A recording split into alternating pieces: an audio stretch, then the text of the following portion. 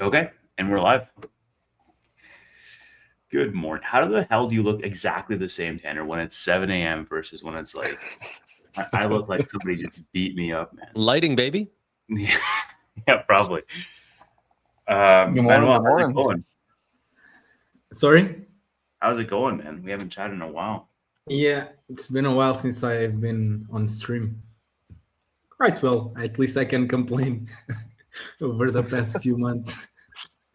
Maybe I should has been a good stay few off months, stream Nebius. more. I should stay off stream longer. Yeah, you're going to go off the grid soon if these investments keep paying off like they have been. Yeah. We're not going to hear from you. No, I mean, only Net and Rocket Lab as well. But the other, everything that's not AI or space is not doing that well. Yeah. Whew. So we got numbers dropping 4 minutes probably. Numbers are dropping soon. I think we have maybe Neil is going to join us soon. Awesome. And then we'll have about an hour to talk about numbers, and the call is at 8. And I have to leave pretty close to right after the call. Okay. We have a lot of different companies reporting as well. Yeah, WIX reported. Manuel, do you want to just give the 5-minute sort of spiel on WIX? I haven't seen the numbers at all. I mean, base 44 was way better than I expected, and that made the margins drag be a bit wider. And then they also had a bit of an impact from the Middle East conflicts. I mean, overall, I think the results were good. Were not amazing, but I was really surprised with base 44. I thought they would show like $130 million in ARR because they just crossed 100 in March, but they are already at 150, which is pretty impressive. But yeah, I still haven't had time to look at everything, but everything I've read, I mean, it's pretty much the same as unless how can I say this? Sorry, I'm still sleepy as well. Apart from the base 44 surprise, and the numbers are not yet reflecting the 30% buyback. So the EPS miss wouldn't be that big if they were already with the new shares outstanding. So yeah, not perfect, but I wouldn't call it that surprising either. Gotcha. Neil, how's it going? Hey, Neil. Morning. Good morning, everyone. How are you? All Good morning. Good. Also, I might just be speculating here, but I have a feeling they had to force out all those press releases yesterday because they're going to drop a big one today. That's all I'm going to say. Could be speculating, but it felt weird that they dropped 3 press releases in the span of 2 hours. And I don't know, just interesting. I think Roman gave it away, man. He was saying oh, can't wait to see y'all tomorrow. And then somebody posted that they're going to smash earnings. There's going to be a beat or something. And then he retweeted that. And I was like, yeah, pretty crazy. Someone said, I think that Nebius is going to cook, and he just retweeted it. So we're trying to read between the tea leaves, and this dude just said, we're going to smash earnings.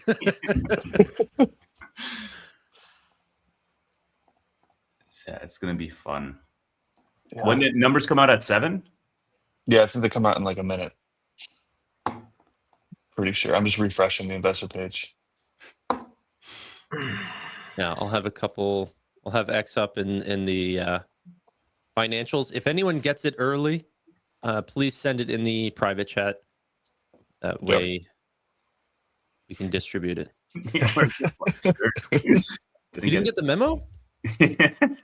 He's wearing it underneath. Somebody says, let's have an NVIDIA deal. We had that. Okay, results should be out. We're pumping. The stock is pumping, yeah. Oh, yeah. Oh, yeah.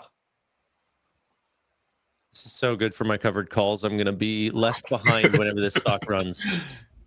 Which one did you take? 200s for July 17th. Oof. It's not that I wanted this. It's what I had to roll to.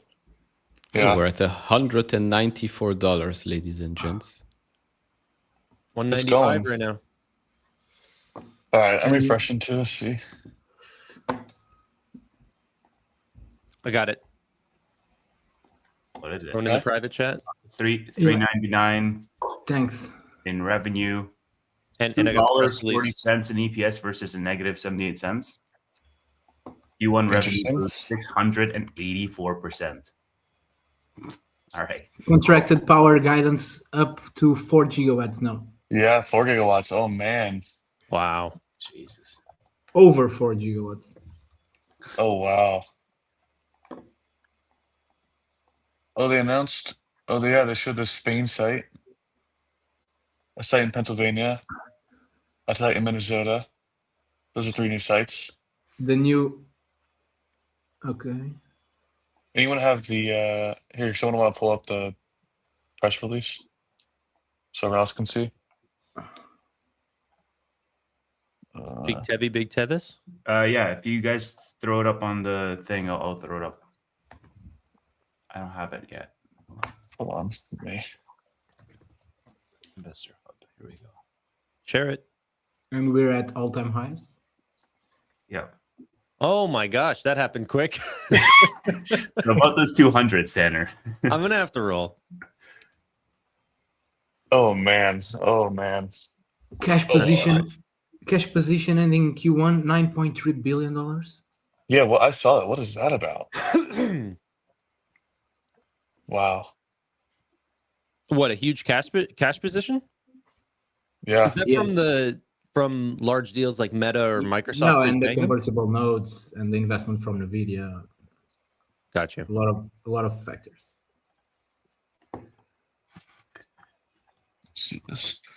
Okay, hold on. Jeez. Do you know what EBITDA was? 2.4. Or no, EBITDA. 4. Not EPS. No, 129.5 versus 90 Oh wow, million. 32% margin. Wow. I think they were 24 last quarter. Much better EBITDA margin. Goodness. ARR grew 674% year over year, while revenue accelerated both quarter over quarter and year over year. Our deepening customer relationships are strengthening our unique position to serve industry-wide demand for both compute and cloud services. We also demonstrated the operating leverage inherent in our business. Nebius, our AI cloud business, nearly doubled its adjusted EBITDA margin quarter over quarter to 45%, a testament to our trajectory towards 20 to 30% EBIT margins. ARR at $1.92 billion. That's up 54% quarter over quarter. 1.92? Wow. 1.92, yeah. That's exactly what I guessed in my earnings preview. Jeez. Yeah, and if you guys look at the sites too, 3 new sites it looks like based off last quarter. We had Pennsylvania wasn't there before. Minnesota wasn't there before. Well, the second Finland site wasn't there, right? Yeah. I wrote a post about that, predicting that new site. And the new one in France as well. And the one in Spain is there now too, the one that... And the one in Spain. Yeah. It's honestly so funny, like, when you look back, like, we're such nerds that we find these positions that are being hired, and then 3 months later they announce the site. I just love it. I mean, it pays better to be a nerd in this than in anything else. Oh yeah.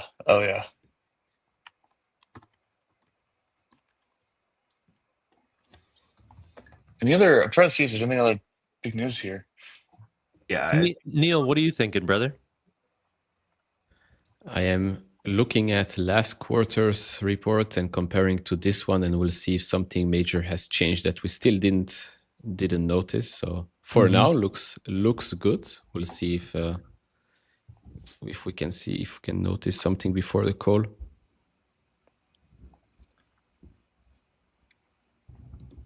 Yeah, this thing, we're going to go through the entire report by the time we get to the call. So, yeah, I want to know how they got 9.3 billion cash.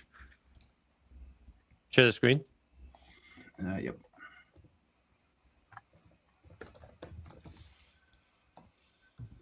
They didn't raise their ARR of 7. Yeah, I didn't think they would. I feel like they're going to have... I definitely thought they would. No, I think they'll have stronger visibility next quarter. I think next quarter they'll raise it, but they wanted to wait for stronger visibility. Yeah, and because if they confirmation. raise, I think it's smart not to raise it right now. We're going for 200 right now. Yeah. 199.95. Really? Oh man. Yeah. Oh man. 200. I mean, I think That's it's Oh, we just spiked. hit 200. Yeah, we're over 200. I think it spiked right after my posts, man. You should disconnect your algos. 203. Damn. Sheesh. No complaints. And like we're not even at the call yet, so this is gonna keep going up as they as Arcadi gets asked about demand. Yeah. And Yeah. That's, I mean, maybe. I mean, Poor he's Arcadi. like, stop asking me this. you must. He's funny on the calls, man. He doesn't care at all. He wants to he get back is to work. hilarious. You can hear him take deep breaths between his answers. Demand is Frustrating breaths. outstripping supply, and we got to get back to work. But when he's on podcast like the one with Axel, he was pretty good there. He was Yeah, enjoying it. because Axel invests in Nebius, so they probably forced him to be excited. You also could tell it was a little scripted. Like he had the questions beforehand. Yeah. You guys noticed. Yeah. He Call looked off to his starts left all the at time. 8. Call starts at 8 a.m. It is currently 7:07 Eastern, so you got about 53 minutes there. Go get yourself a coffee. Get ready for the call. Get your notepad out. Yeah, what do you guys make of all this cash? I mean, I get it, how they have it, but this is going to be burned down throughout the year, you think? Yeah. I mean, based on the course. capex that they gave us, Yeah. You No, just I need- think they're going to get into T-bills. No, I mean, like, I was more asking around more acquisitions versus just a normal burn. I mean, most of the acquisitions will probably be paid with stock. Well, because the one that they had, the couple that they had are fairly smallish, like the Clarify and IG. Yeah, and I think at this valuation, it makes sense to use shares. Like, Agen AI was like $600 million. That would be like 1.5% dilution. Not even that much if we are at $200. So you can even buy like a huge acquisition with just a single digits dilution. So I think they should use the cash for capacity, and this type of creative deals probably just. We don't know the terms of the Clarify acquisition, do we? We just know they acquired the team and like basically posted that they're excited about it. We don't know any terms of it. Yeah, I mean that just came out last night, so maybe they'll talk about it. Yeah, I have a feeling someone will ask. So are like Iren and CoreWeave investors like breaking their pencils today, or? I don't know. You're a CoreWeave investor. Tell us. Yeah. You tell us. I love the cash position. They're like, I think that's the big concern that people have with CoreWeave is just the amount of debt that they're taking on is insane. Yes, welcome to the club. The terms as well. Right. Because, for example, Iren, to be fair, the terms of the convertible notes were pretty good. Like when you compare them with CoreWeave, I mean, and even if you compare Nebius when they raise compared to, but I was also surprised with the last raise from CoreWeave. It wasn't as bad as the previous ones. So I guess those lending money to CoreWeave or wherever, they just understood that CoreWeave is now too big to fail because NVIDIA is never gonna let CoreWeave fail. So exactly. I understand your thesis on that side. I mean, it's also the valuation. There's not too many ways that I can look at the pricing of Nebius versus CoreWeave. Obviously, I can maybe look at adjusted EBITDA margins, price to sales, but I think the actual costs and the margins long term for these businesses will be similar. Maybe Nebius builds their own racks. Maybe there's ways to lower costs across both, but I think that the end game is very similar. And the fact that I know that CoreWeave is not going anywhere, and their price to sales is like 7 or 8x versus Nebius is like 60 times. I think that there's eventually a price that I will be willing to pay for another NeoCloud, but obviously I have way more Nebius than I do CoreWeave. I think the question is more about how will they translate that revenue to the bottom line, because a big part of that in this type of business model, which is really capital intensive, is how you get your financing terms and how you get your capital. So I think the big question investors have regarding CoreWeave is whether they can get to a pretty interesting bottom line. And with Nebius, you have several advantages in terms of the vertical integration on the hardware side, which lowers the total cost of ownership. CoreWeave also has pretty good software, so I don't think that's a problem for them. They don't have the inference platform like Nebius does, but they're still very strong, and every benchmark tells you that. So I really think the problem and what scares investors away is really the terms, because that's what will drive your bottom line. You can say they have huge EBITDA margins or huge EBIT margins, but the real deal will be to translate that EBIT to the bottom line. And I think at some point, or even at this valuation, considering how huge the demand is right now, I wouldn't consider CoreWeave a bad investment at all. Otherwise, I would be bearish on the sector, and that's obviously not the case. But I think that's the big question mark for investors. And we're at 205. Jesus. Oh man. Yeah. For me, it's like I think the entire sector will do well. And do I want to keep buying Nebius, even though I believe it's still going to continue to go higher? But at what valuation makes which NeoCloud the best buy? Because obviously, operationally, Nebius is my favorite. You need to adjust the valuation of Nebius for the other assets as well. If you do that, you'll see that. Dude, but I'm looking at it through Nebius Group. I mean, if you're looking at it through Nebius Group, then the valuation should be much more attractive, because ClickHouse alone. But when you check Nebius Group numbers, you don't have, for example, the ClickHouse stake accounted for. That's what I'm trying to say. Like, you need to adjust, at least adjust a bit. Let's say the valuation doubles on ClickHouse. Their stake goes from 3.75 billion to, let's say, 6 billion with a little bit of additional dilution. Yeah, that's going to happen this year. No, I agree. I agree. But today, I think. Sure, I was going to say, I think ClickHouse is like $12 a share as a part of Nebius. Like if you subtract ClickHouse right now, it's $12 a share. So yeah, like whenever we open up today, the market cap is going to be well over $50 billion. It's a shrinking percentage of their overall market cap. Like this company's market cap has doubled in very, very short period. Yeah, for sure. Oh, the target of over 4 gigawatts. Sorry to mess with the 4 gigawatt, over 4 gigawatts by the end of 2026 isn't even the big headline.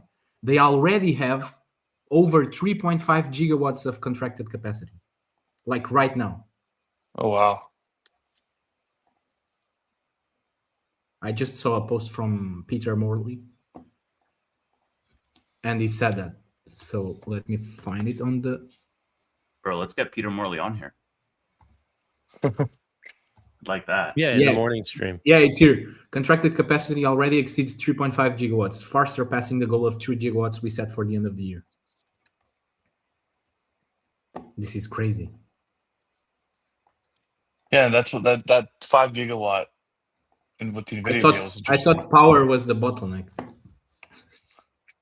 Yeah, I was gonna say the same thing, Manuel. That I saw Nebius purchased $2.5 billion of GPUs. I'm surprised they didn't make a press release about it. I figured that'd be the way to go, right?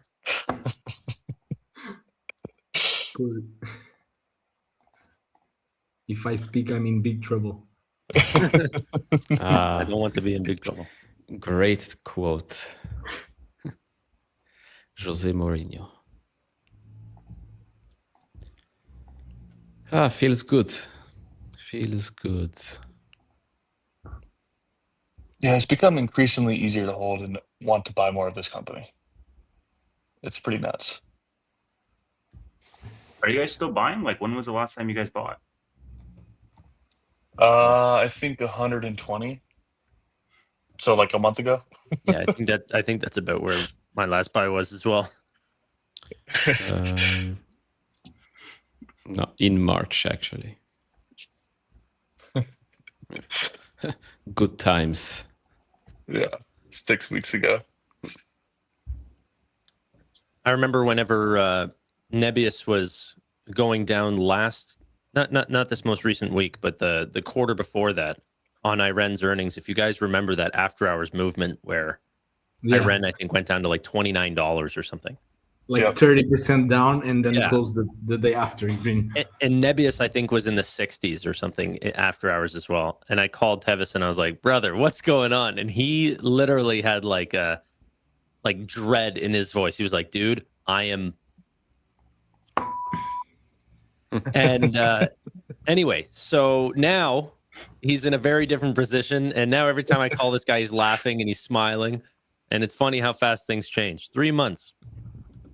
Dude, thinking about retirement. I was telling Tanner last night, I was like, dude, at that point, I had written cash secured puts like $35 in the money, $40 in the money.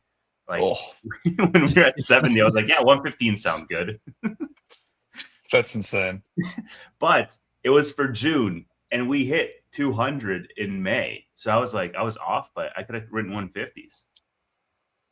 Could have written 150s.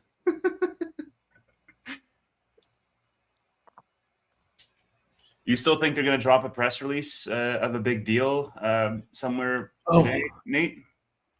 Well, I don't know if it's going to be a big deal, but I thought it was going to be. Go ahead, Manuel. Look what I found. They said we have now secured 2 gigawatt scale sites in the US. So one is independent, the other one we don't know about. Interesting. Wait, where did you find that? Oh, it's here. We are announcing a new site in Pennsylvania where we have secured power for a deployment of up to 1.2 gigawatts. It's at the bottom another of page 1.2 3. gigawatts. We are announcing. Yeah. So today. Soon. Yeah.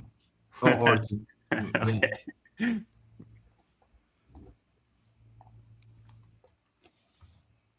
Yeah, interesting. Very nice.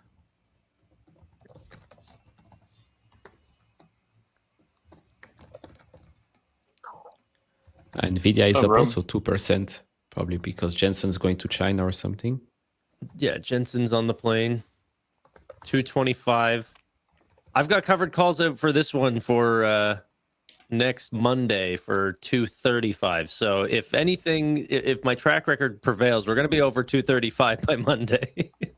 And I'm going to have to sell out of those too. I've got 220 covered calls Nebius for this Friday. So far, Those should be fine. That should be fine. I got 215, so We're all degenerates. I mean, I was happy yesterday when things cooled off a little bit, because if it continues, I will be like, even 220 might not be safe. I was talking with Tevis, and I was like, yeah, I've got 160s for, I forget what it was, but it was before earnings, but like a week before earnings. And he was like, dude, you are so screwed. But the premiums are so high, I was able to just continuously roll. I got from 160 to 200 and only had to push out my thing like a month. Yeah. And that's probably what will continue to happen. I might have to go to August or something like this and get 230s. Brother, we could get 300. Another very good point. Sorry. No, I appreciate you cutting in. I'm just reading everything. Own capacity now accounts for more than 75% of contracted power. I just saw that too. I literally just read that too. That's crazy. Oh man. Oh, collocations. Oh, collocations. Do we want to just throw up the thing?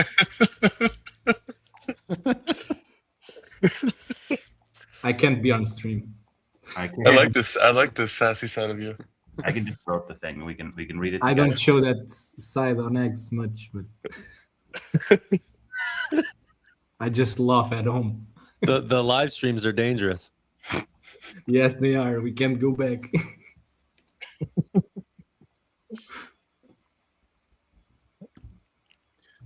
More than 9 billion of cash.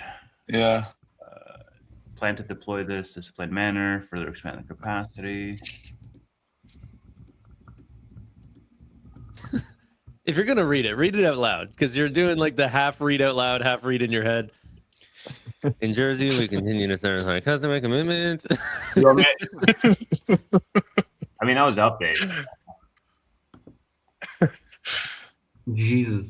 I'm just trying to scan to see if there's anything interesting to pull out. Yeah, I'm trying to. It's hard to like read and comment at the same time. Everything is interesting.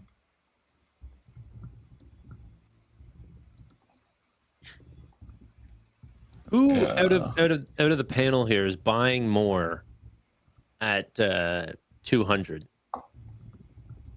To be blunt, I am not. Or if I'm this not dips to buying more. 190, is that the buying opportunity? Not for me. Tanner But for Goodness. since SoFi is under $16, are you buying Nebius at 200 or SoFi under 16? This is the question we have to that's ask a good ourselves. question. I'd probably say Nebius, right, in this environment. Ooh. Tanner bearish on SoFi. My reaction. Yeah. Justin. Tanner bearish on rate hikes for SoFi. Yep. News just in.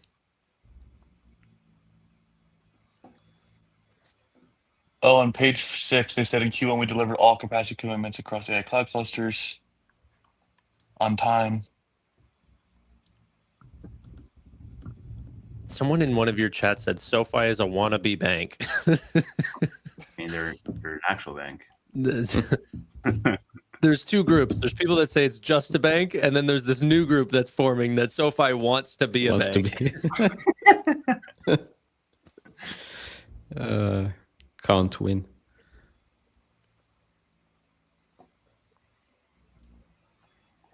Scheduled to begin in early 2027 for Meta. I thought they already delivered a tranche of Meta. Or was that's the first contract. Yeah, that's the original. $3 billion. Because I assume that the new contract is for one of the data centers being constructed. Probably, my guess is that it's the 310 megawatts in Finland, but it's just a guess. Bro, what is this? Time to sell 1010. This the core business will grow faster. Oh, I mean, 1010 is just a way of sourcing. Peanuts. Well, I think they were even talking about potentially selling off AV right as well. And No, but I saw that you're talking about the sentence in the 20F filing, right?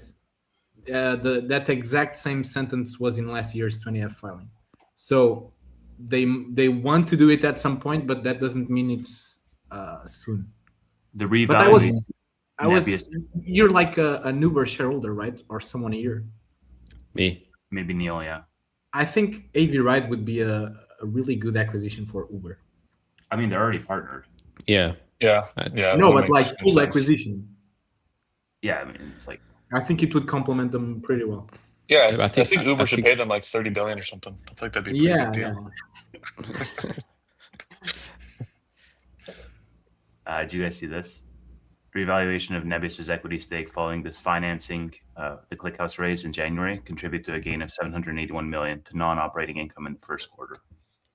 Which explains the big beat. Yeah.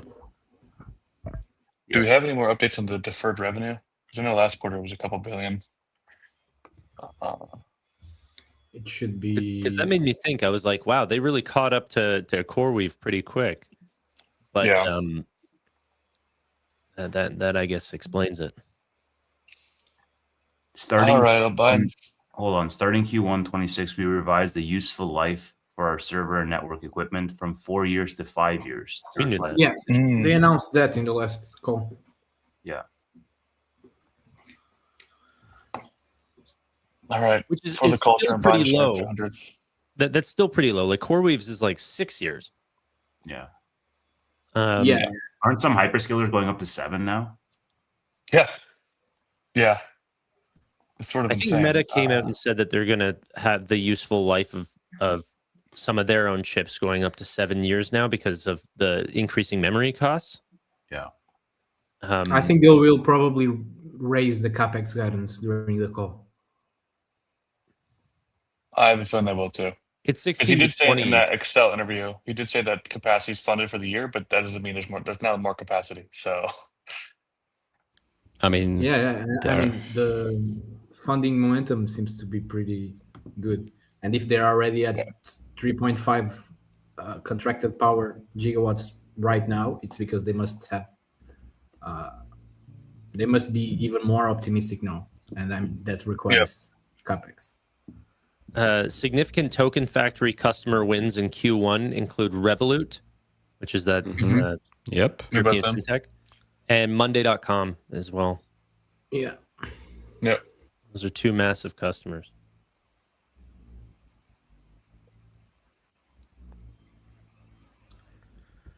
So what was the exact? Remind you, what was the exact capex number for the year? 16 to 20. Yeah, 16 to 20. So this quarter was 2.5. So it's going to accelerate from here quite quickly. Yeah. I'm just licking my lips over here as an NVIDIA shareholder. Just in New Jersey, we continue to service our customer commitments and remain on track to activate the remaining capacity through the year. Nice. Classic. I thought it was going to be delayed like 2 years ago. Yeah, same. I've read they some. were cooked. Maybe it was one of those fake news websites. I don't know. AI is turning the internet dangerous. You were so over the Iron Bulls, maybe. No, I'm kidding. Dude, even CoreWeave's up 4% on this news. Iren's up 2%. I'm just afraid that every bag holder. This move could fade once they raise capex guidance. Yeah, I think so too. It's so funny. If they cut capex, the stock would drop. If they raised it, the stock drops. It makes no sense in this industry why capex doesn't. Why it's a negative. It's like buying inventory. Like they're directly selling what they're buying through capex for large profit. I find it unlike other businesses that raise capex and then you don't know if you're going to see a direct return on those investments. This is just you're buying GPUs and those GPUs will be sold based on 5-year contracts, 1-year contracts, hourly rates. What have you? And those rates are going up.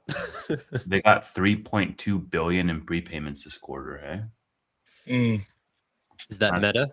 That's a deferred revenue for you. You're talking about how much they have deferred revenue right now? Yeah. I mean, we can't really know how much they got because they probably already spent a bunch of money. But yeah.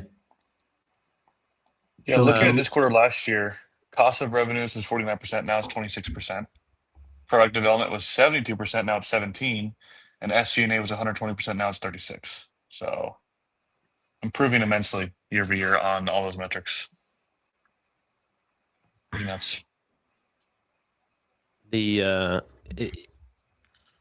If over the next 2 hours these companies hold this type of pricing, the semiconductor ETFs are going to fly. I mean, all the names are up. Micron's up, AMD's up,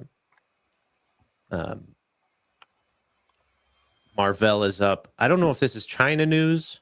It probably is, right? Probably. WIX is down 15%. You thinking of rotating some, Manuel? Sorry? You thinking of rotating some money from Nebius to WIX? No. I'm not selling Nebius. But I was just going to say that the volume is not really that meaningful for WIX. Yeah. But still, it will probably be that. I mean, I wasn't really expecting much from today because Monday.com was like up 30% and it faded the entire move and it's now red after earnings. So it was going to be a bit harder for WIX to revert that trend.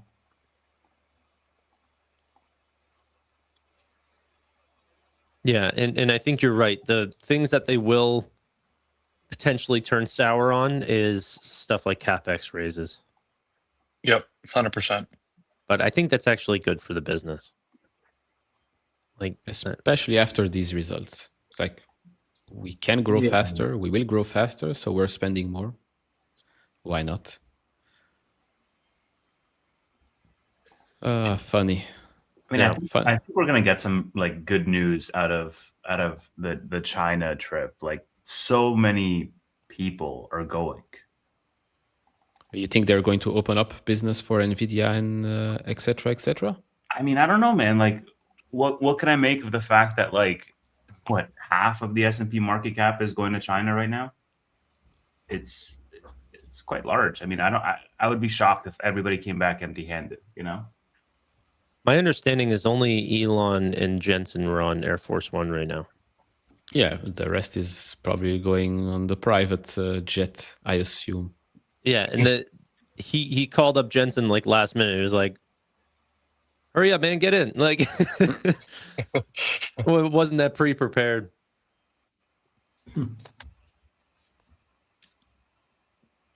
Nebius. Who knew that a company, that a team that built Yandex could do something like this?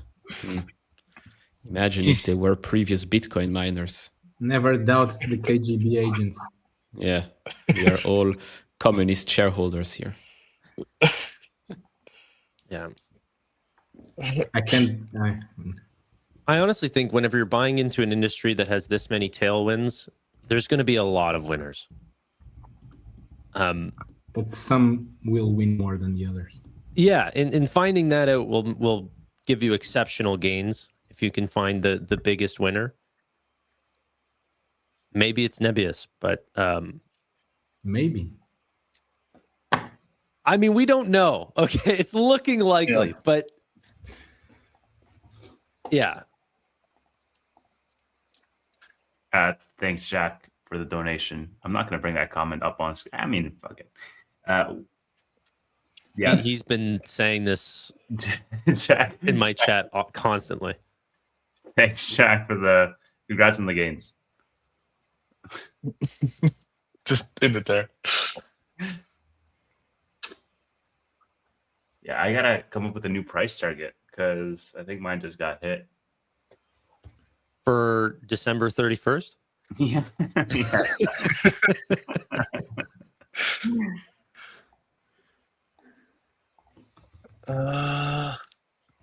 Anything else? Oh.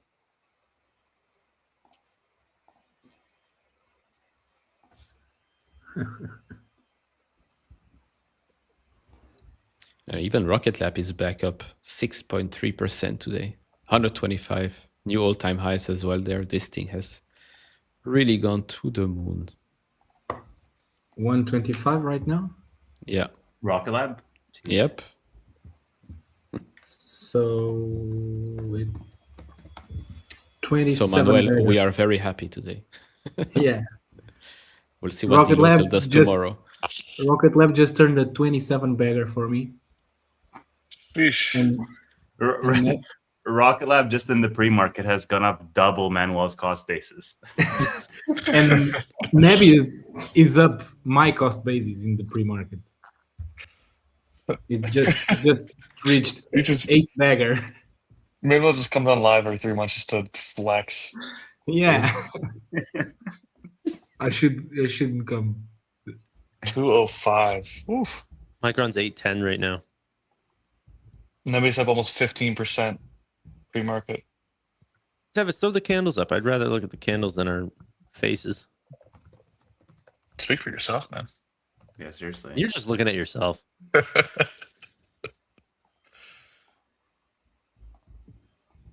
Oh man. And the call starts in what, 25 minutes, I assume? Yep. Cool. Up 13, nearly 14% on the day. 204 right now. So far. So far, yeah. So far, yeah. I mean, if we were betting men, what do we think it goes to more likely? Back down to 0% or up to 20%? Because I've got my money on 0. Yeah, I was gonna say I do think during the call there's gonna be CapEx expansion conversation. It'll sell off pre-market and then it'll probably slowly climb up throughout the day. That's what happened last earnings and the one before that, I think. It essentially sells off on CapEx stuff and then the market goes, oh wait, we're being dumb, and then they bid it up. I'm happy with that. Don't go to 215 too quick, Yeah, give me a chance here. Take your Hey, time. don't go to 200 by July, right, Tanner? Yeah. I will get a better cost base than that. Like it will happen, or a better strike. I mean, that being said, we're climbing back up to 206 right now. Yeah. And there we go. New highs. Oh man. Manuel just made another $1 million. Yeah, we should. I wish. I wish. What a day. All-time high in the port, I'll take it. Yep. Whew.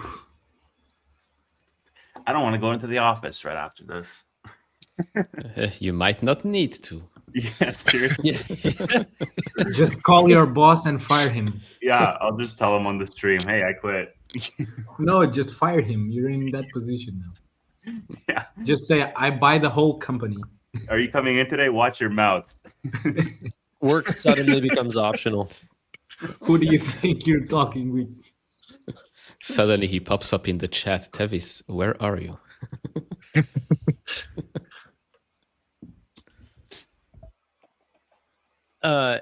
NVIDIA is also at 225.70.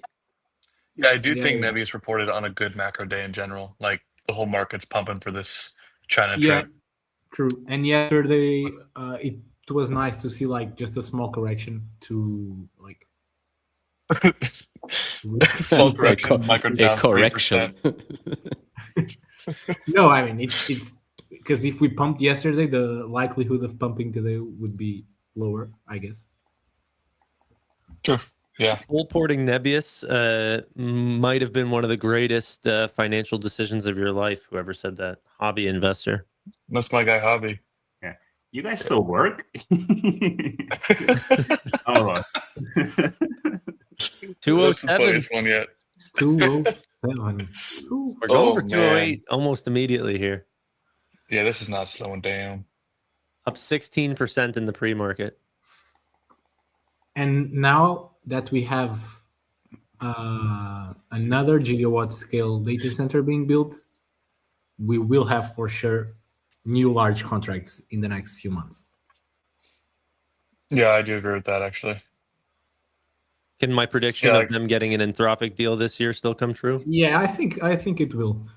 Yeah, they definitely have to. 209. We're going for 210. Oh man. Who would have said? I mean,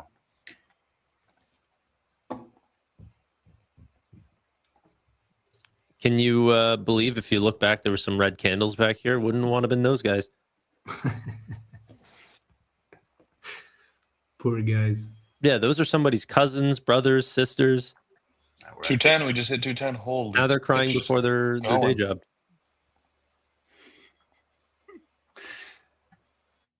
What am I talking about? Also, my gains are capped at 200 as we speak. Like none of these candles are even mine. What? To me, where my mouse is, that's like the candles have just stayed flat. It's about to. Oh my lord. Oh man. My 220 is not that safe anymore. And meanwhile, I have 215s over here, like sweating. It's like, increase capex, please.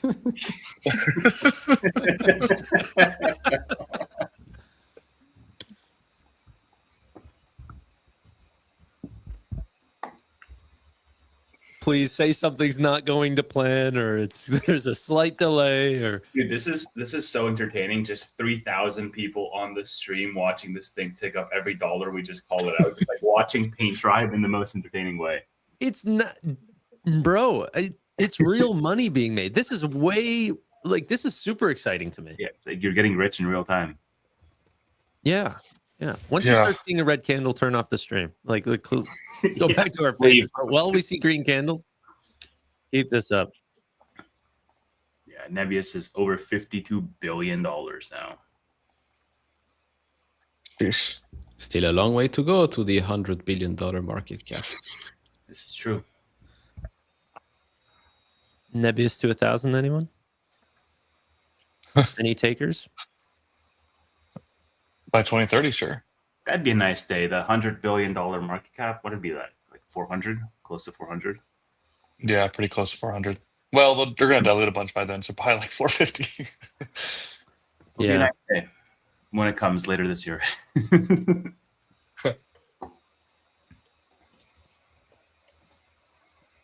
All right, call is in about 18 minutes for those asking. Yeah, I guess, what are you guys looking to hear on the call? Besides all of us wanting CapEx guidance to go up. Stonks.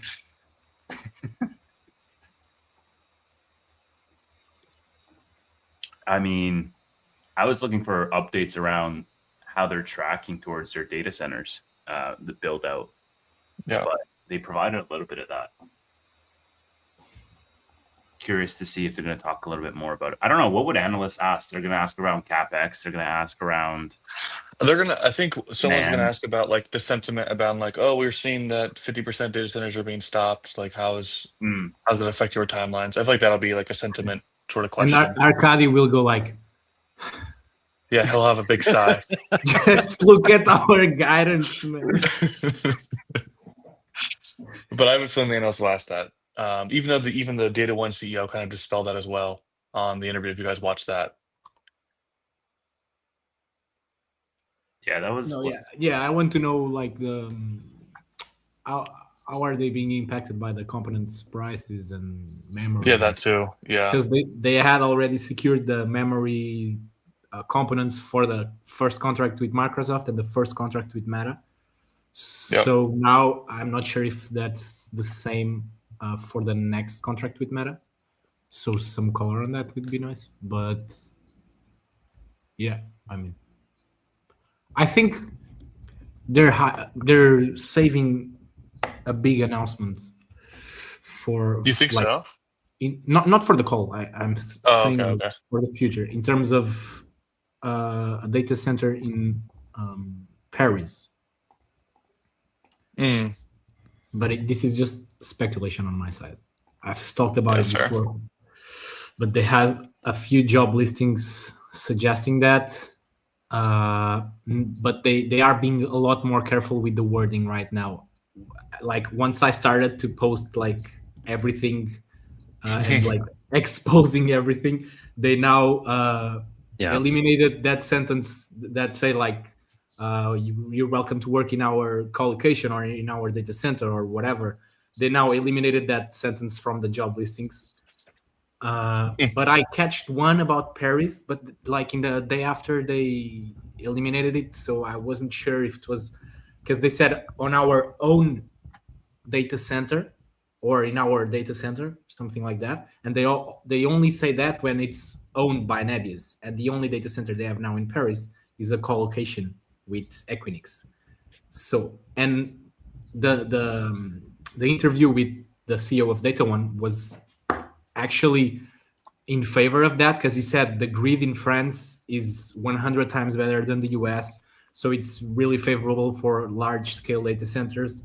But again, I'm just speculating. I just think that if we're going to build a huge data center in Europe, it's gotta be in France or something like that. Because in Finland they already have the flagship. Now they're building another one, and they have another publication. So I guess it would have happened already, or at least it would have been already under plans or preparation. I don't know, but I could be wrong as well. So they don't have one in the Netherlands, do they? No. No. In the Netherlands, they don't have any. No, I mean, I also wrote a post with that because I found the job listing saying you're welcome to work in our data center in Amsterdam, but like half an hour later they had eliminated it. So you're pissing them off as well. No, I think they find it funny. Yeah, no. At this point, they just write them exclusively for you, like just leaving Easter eggs for you to find. Like every day, I check like job listings several times a day, like on their website, on LinkedIn. You muted Tanner. You're muted, Tanner. I just said, could you guys just email them to me? I'm gonna find them anyway.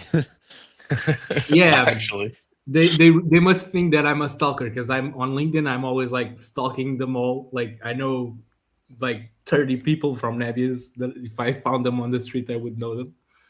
So they might be scared of me at this point.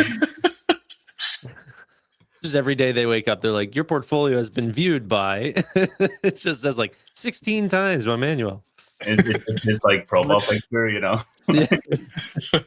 But so far it has paid off to be And a like Nebius hat on, just like this.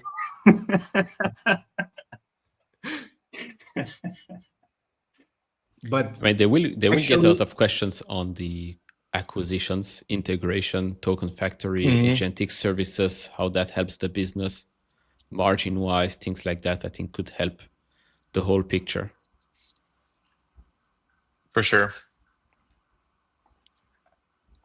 I mean, all of these announcements from yesterday, I assume some analyst is going to ask something about it. no, yeah, I mean, especially after yesterday, which had another acquisition.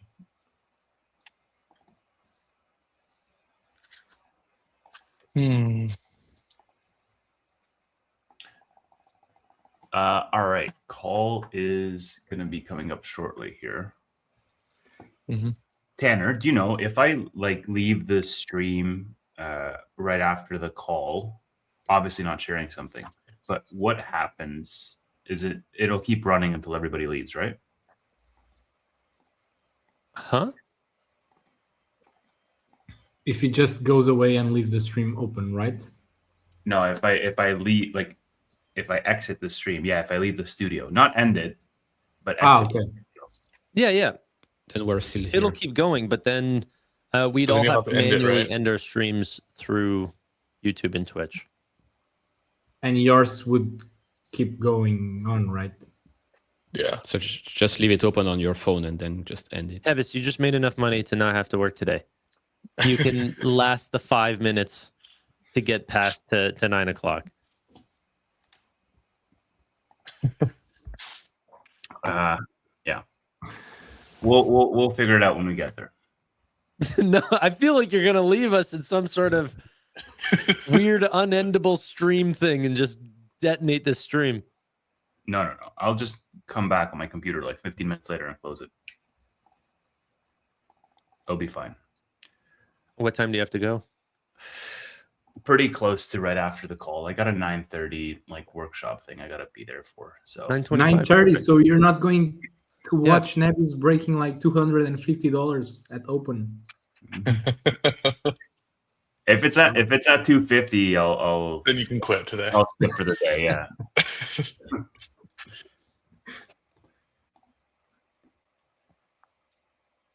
Or you're gonna see at market open that it's 179.11 or somewhere around there. Again, like many of these earnings lately. This is so funny when you start selling cover calls on companies you like and you have to turn bearish. Dude, it's so that's exactly what I just did. I'm like, this quarter barely is. Yeah, it wasn't. Yeah, it's whatever. I feel like a dilution. Who cares? Full year's contracted power done in Q1. Nothing. I mean, like, I knew this was going to happen, but at the same time, going into today, it was like $179. I was like, like even if it goes up, 15%, like I'm still safe. And we're already up 17%, and the call hasn't even started. Typically what happens is it sells off before the call. Samir says, "SoFi kept everything working." Yes.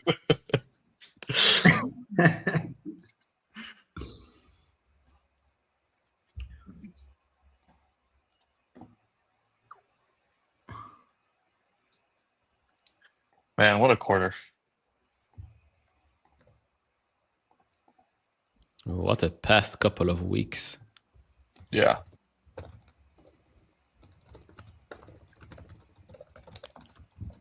Crazy.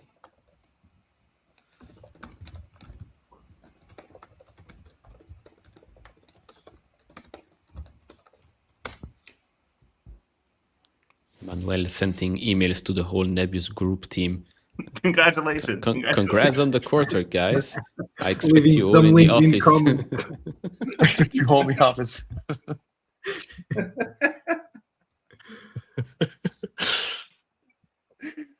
Oh man, they're gonna get like handwritten letters in the mail. It's like, actually, I haven't talked about. Oh, it broke 210, by the way. I haven't talked about this before, so I won't say too much. But I might be doing a field trip to the US in less than a month. In less than a month? Yeah. Oh, sweet. It's exciting. You gonna go visit New Jersey while you're there, or what? No. No, he's gonna go to Mississippi, Missouri. I mean, you staying for the World Cup at least? Where are you going? I'm going to. It's not to any data center, by the way. Okay. That will be in Europe, not in the US. But no one even said that. No, but it's related, but not any like I don't have any insider information, nor I'm visiting anything in the US. But I might meet some cool people. All right, and it's not Jensen. Nate. You're interviewing Jensen. Confirmed. I mean, Jensen wish. I'm not sure if I can find some spare time for him. He's like, I'm meeting up with some Nebius shareholders, meets Jensen. That's true.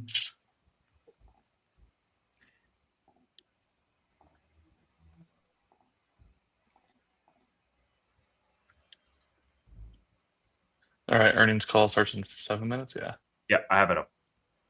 Cool. It should be at. There's nothing else. No, I was gonna say there's nothing else in here that I'm trying to find more, but I feel like we kind of covered everything. Oh, fuck.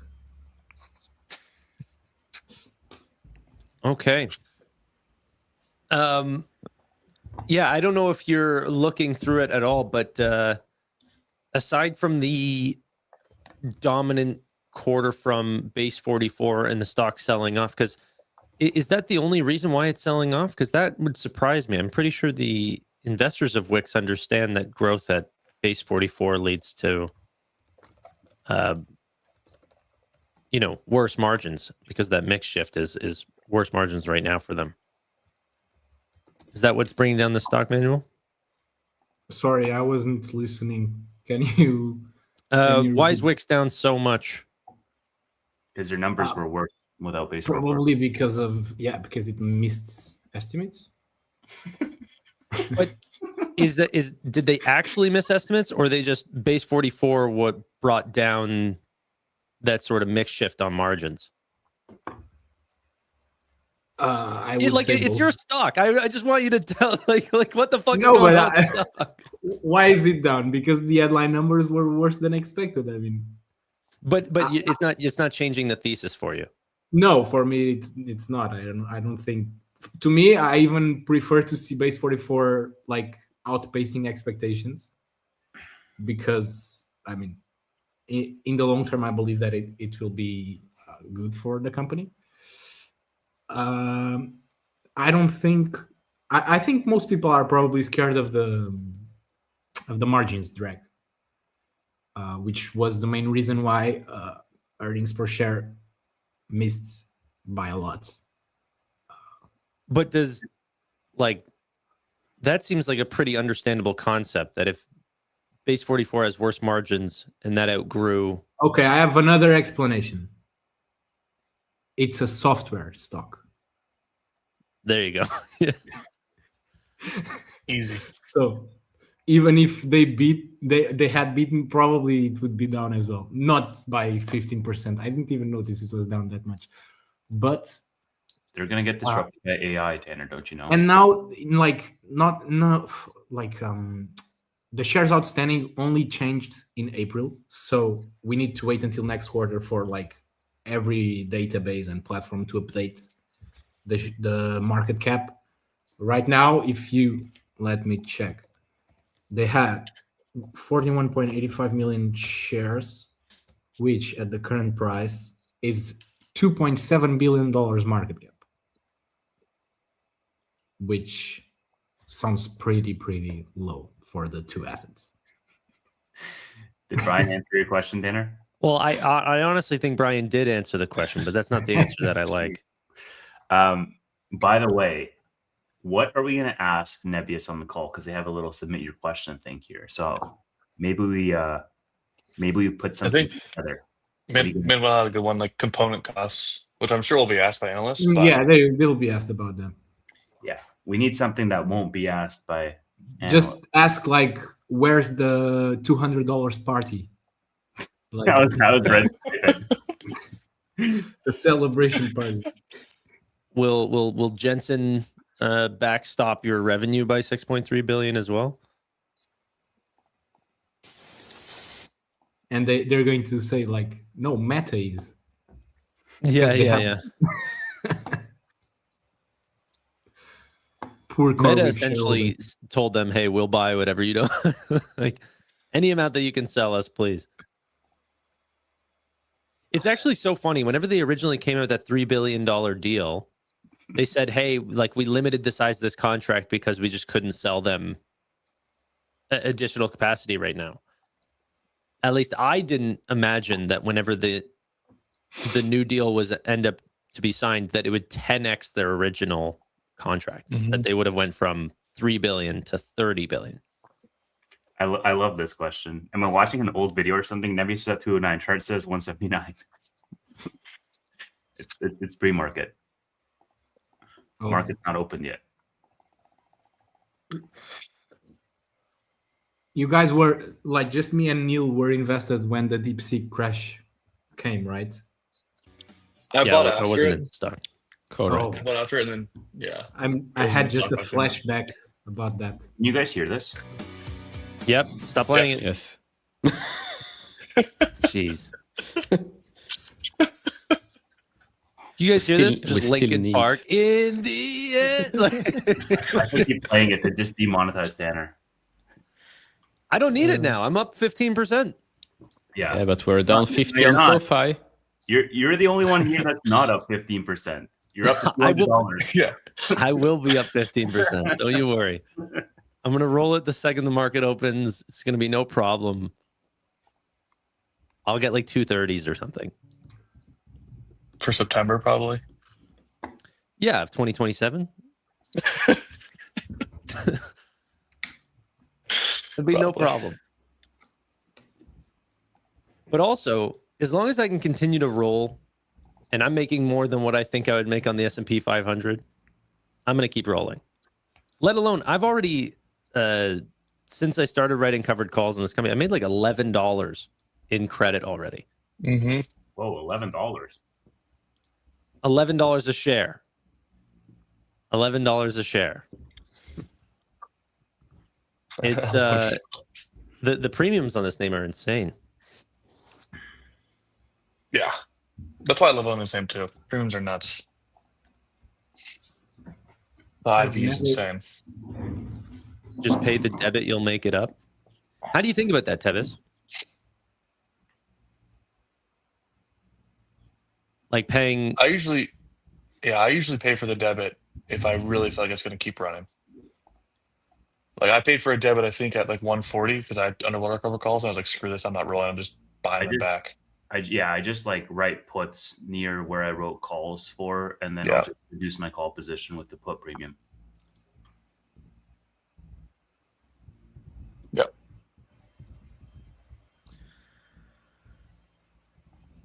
So is the call starting? They're late. I think it's time They're for late? an email. No way, I'm selling, man. They're late to the call. What a Nebius. The last company that was late, Iran, that... Dude, wasn't that insane? They just didn't even release a press release. Iran? They just like waited to the call. What's that? I don't know. It's in our dust. Oh. Dude, Nate is the ultimate troll online.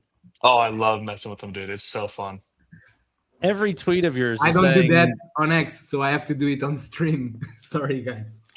Yo, Nate, did you get blocked by Mike already or not?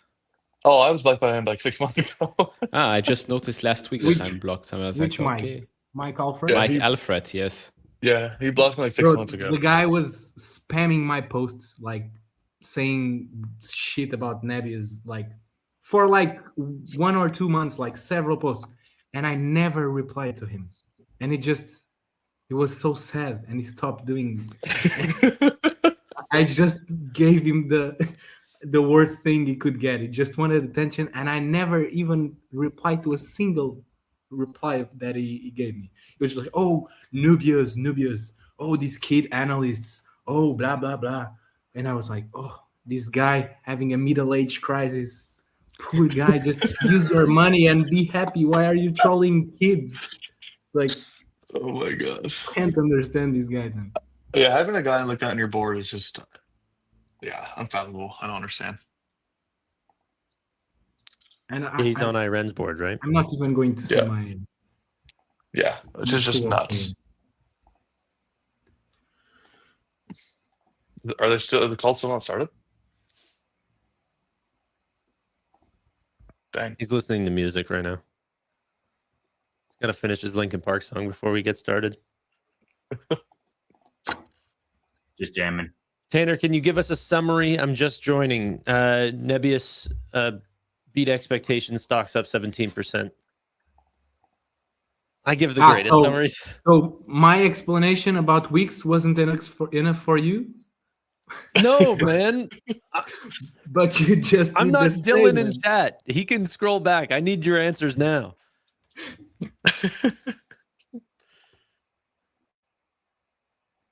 A session. If you would we have good luck, everyone. You can click the Ask a Question tab in the top right of the live stream player. Then just type in your question and click Submit. You can submit questions at any time during the presentation, and the Nebius management team will try and answer them during the Q&A portion of the call. I will now hand over to Gili Naftalovich, Head of Investor Relations, to start the call. Hi, everyone, and welcome to Nebius's first quarter 2026 earnings conference call. Joining us on the call today are co-founder and CEO Arkady and our CFO Dada, along with the broader Nebius executive management team. Now, I'll quickly cover the safe harbor. Some of the statements that we make today regarding our business operations and financial performance may be considered forward-looking. Such statements are based on current expectations and assumptions that are subject to a number of risks and uncertainties. Actual results could differ materially. Please refer to our Form 20-F, which has a list of our risk factors. We undertake no obligation to update any forward-looking statements. During this call, we will present both GAAP and non-GAAP financial measures. A reconciliation of non-GAAP to GAAP measures is included in today's earnings press release, which is distributed and available to the public through our investor relations website, located at nebius.com. And now I'd like to turn the call over to Arkady. Thanks, Gili, and welcome everyone to our call. We have had a great start to the year. We're building an AI-native hyperscaler. And I would say we're developing it across 4 dimensions. The first is capacity and scale. Second, product and functionality. Third dimension is customers and demand. And finally, capital, our fourth dimension. All of our focus is on execution across all 4 of these dimensions. Let me put our results of the quarter in this context. First, on capacity. As you see, we are building big.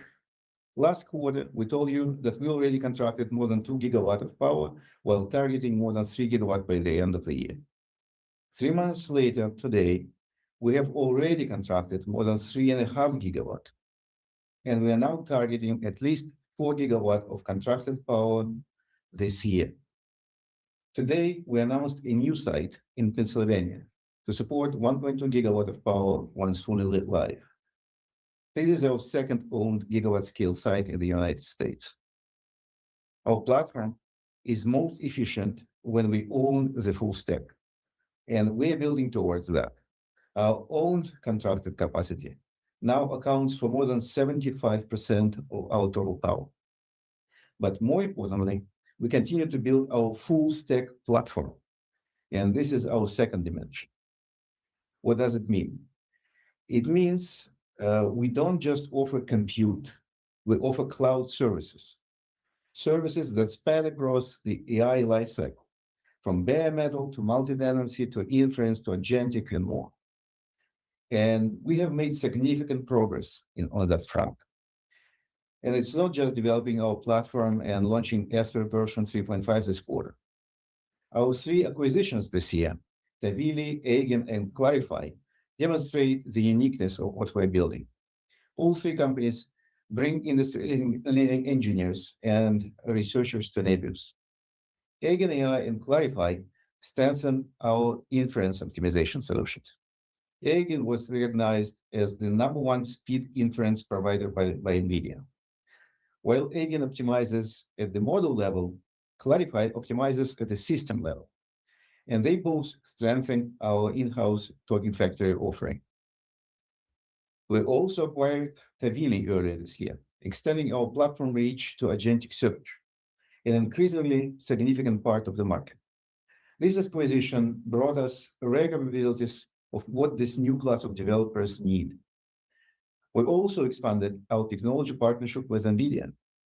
We again achieved NVIDIA Exemplar Cloud status, this time on our GB300 for training workloads. We're among a small group of providers to achieve this status across multiple GPU generations. At our core, we're a technology company. We have top AI engineers and deep proprietary expertise across every layer of the stack, both hardware and software. We're quickly becoming a magnet for top talent. We're happy with our ability to enlarge our offerings through strategic acquisitions. Our clients appreciate the full extent of our offering. This is not common in our market. This is our strength, and this is our uniqueness. And we believe this is what will enable us to win. Demand is our third dimension, and it continues to be increasingly strong, but more importantly, our full stack platform allows us to capture and service a large and diverse range of hundreds of customers, not just several big bare metal off-takers. Our pipeline generation in the first quarter grew 3.5 times over the fourth quarter. And this is a record for us. And the demand is broadening across industries. Today, we typically see several customers competing for every GPU we bring online. We're building to support this demand with scale and discipline. New customers across a number of use cases are using our full range of offerings to solve their most challenging problems. For example, European fintech leader Revolut recently began using our token factory. In physical AI, 1X Technologies is using our cloud platform to build general-purpose robots.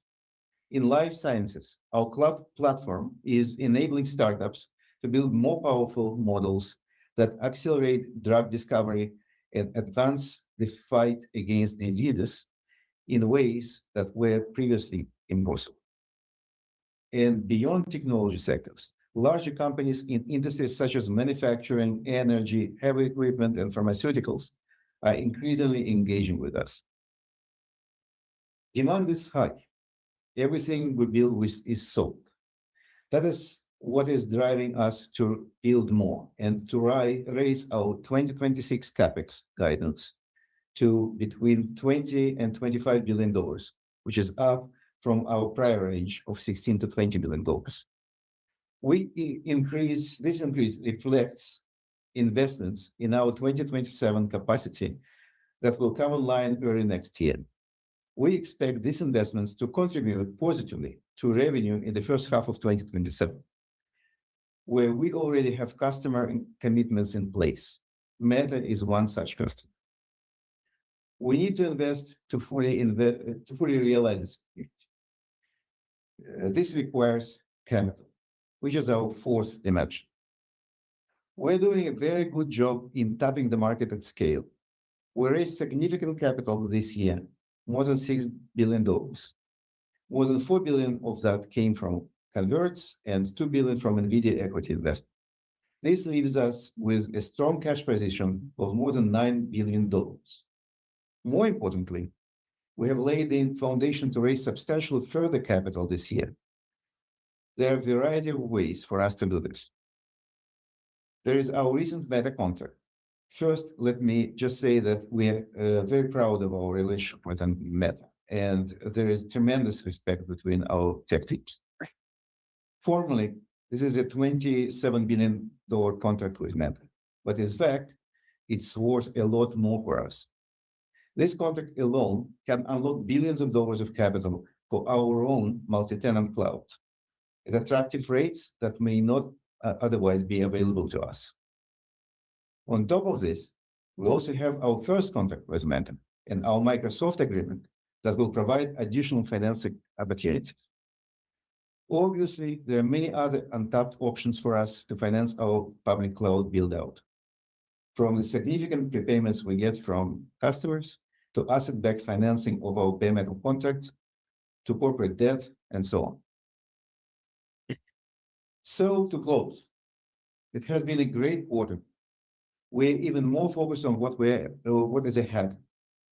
We will continue to execute, expanding capacity, building our cloud platform, expanding our customer reach, and financing growth diligently.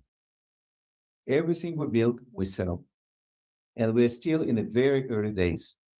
I want to thank our team for the incredible work day after day and night after night, and to thank our shareholders for your continued support. And with that, let me hand it over to Doug. Thank you, Arkady. Indeed, we are off to a strong start to the year with a number of important achievements. First, we accelerated revenue growth during the quarter. We also significantly expanded our margins, and we strengthened our balance sheet. I will touch on each of these, share some color on our results, and conclude with guidance. Please note that all comparisons are year over year unless noted otherwise. So let's start with the revenue and ARR. In Q1, we grew the group revenue by 684% year on year to $399 million, up 75% from Q4. Once again, we sold out our capacity as demand continued to exceed available supply. Our Nebius AI business, which excludes our consolidated investments in Triple10 and AV-Rite, delivered even stronger results. Revenue grew 841% from last year to $390 million, representing an 82% quarter-over-quarter increase and 98% of group revenue. Growth was driven by capacity scaling and was further supported by strong utilization of pricing. Annualized run rate revenue for our Nebius AI business reached $1.9 billion at the end of March, up over 50% from $1.25 billion in the previous quarter. As we delivered strong top-line growth, we also remained focused on profitability. Group adjusted EBITDA was $130 million compared to $15 million last quarter and compared to a loss of $54 million a year ago. Group adjusted EBITDA margin was 32%, continuing the inflection in Q4 and reflecting operating leverage in our model.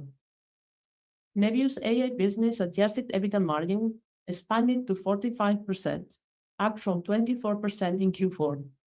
This improvement was driven by strong revenue growth. The gap between group and Nebius margin essentially reflects our investments in Avioride and Triple10. Both are still early-stage companies and require substantial operating investments as they scale. We expect Nebius to represent the significant majority of group adjusted EBITDA for the foreseeable future. As mentioned in the past, our intention is to find strategic and financial partners for these businesses and then consolidate them in the future. Net income of $621 million benefited from a valuation adjustment on the back of ClickHouse recent public round. This is a non-cash item that captures the growth in the underlying value of the asset. And now turning to our balance sheet. Since our last call, we have continued to strengthen our financial position. In March, we closed a private offering of convertible senior notes, raising $4.3 billion in gross proceeds at attractive premiums and coupons of 1.25% and 2.60%. In the same month, we announced a $2 billion equity investment from NVIDIA, reinforcing our alignment with one of our key strategic partners. Prepayments from our customers also reached a new quarterly record. Operating cash flow of $2.3 billion was up from an operating cash outflow of $198 million in Q1 last year. The sharp increase was primarily driven by upfront payments from our customers. Together, these sources of capital increased cash and cash equivalents to $9.3 billion at quarter end. Now let's speak about our CapEx. As Arkady mentioned, today we are raising our CapEx expectations to $20 to $25 billion for the year. The expansion of our infrastructure footprint remains one of our highest priorities, given the strength of market demand and customer activity. We are building for 2027 demand, where we have customer commitments already in place. And so we have near-term visibility into future revenue associated with this investment. As always, we will invest in capacity with discipline and rigor, including the capacity we are bringing online in 2026. In terms of how we build and how we'll fund the capacity in the year ahead, we will continue to leverage a diversified range of funding sources. On the debt side, during the past year, we built our ability to take on debt capacity. For example, with our Microsoft contract and our 2 Meta contracts, we expect to unlock the ability to raise significant capital through asset-backed financing.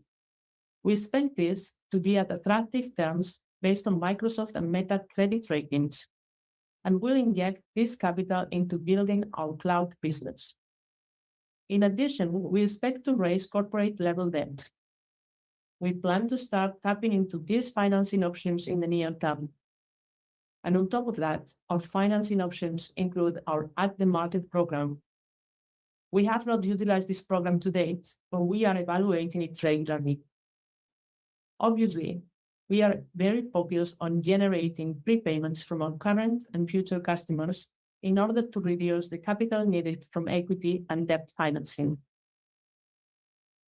We may also evaluate other financing options, but will ultimately pursue whichever vehicles serve best the long-term interest of the business to support our expected capital spending in 2026. The bottom line is that as of now, given our strong balance sheet and the work we have done putting in place the various long-term contracts, we have laid the foundation to enable us to access a wide range of potential funding sources. And now, turning to our outlook for the year. While it remains early in the year, our strong Q1 performance reinforces our confidence in our annual targets. As such, we we are reiterating our full year 2026 guidance for annualized run rate revenue of $7 to $9 billion, group revenue of between $3 and $3.4 billion, and group adjusted EBITDA margin of around 40%. Three key parameters will determine our growth profile and margin progression throughout the year: utilization, pricing, and capacity. At present, neither of the first two parameters is limiting our growth. The third, capacity, will play an important role in unlocking our growth potential and driving margin flow through.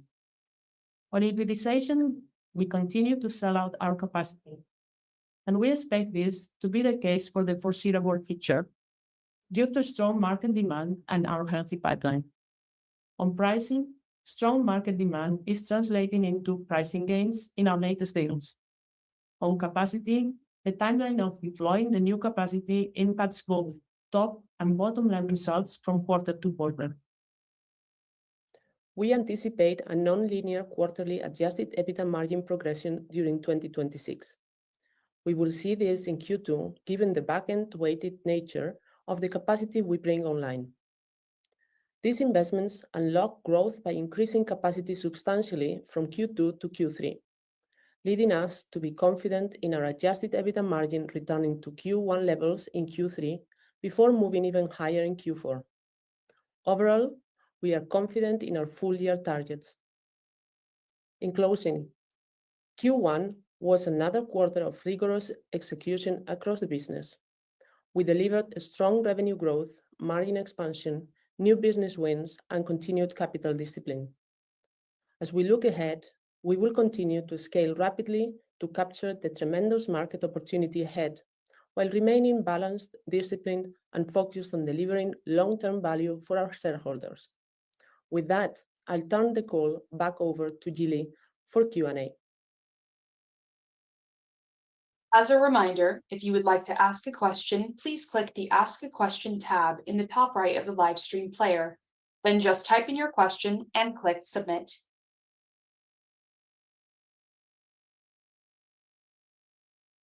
Thank you, moderator. The first question from our investors on the portal is from Alex Duval at Goldman Sachs.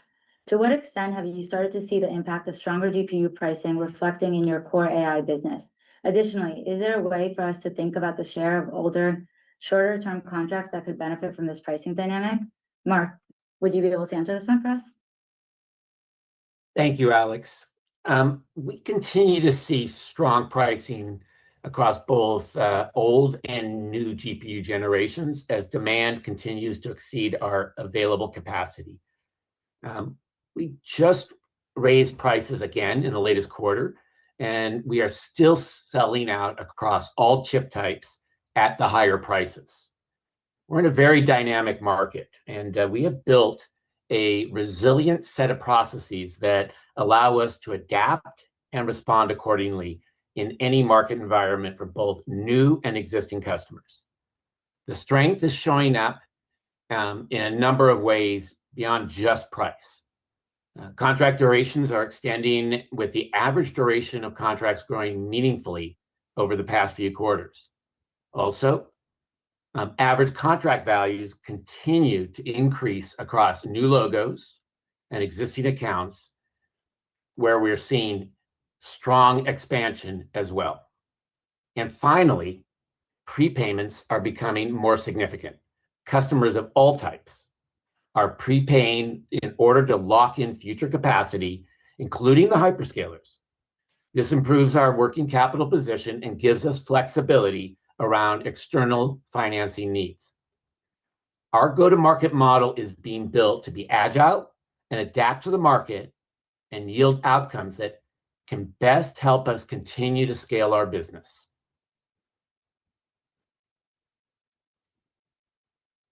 Thanks, Mark. We have a few questions coming in on CapEx guide and cost inflation. Andre, can you please discuss how much our raise in CapEx was driven by higher capacity growth versus component cost inflation? Sure. Thanks, Gita. Well, the increase in this spending is driven by visibility into 2027 and our need to invest ahead of capacity that we expect to bring online. We'll add much more capacity in first half of 27 than this year, and that requires more CapEx spend in the starting from now in the later part of this year. We have been able to secure sites and power and customer commitments for 2027, and so we are ramping up construction activities accordingly.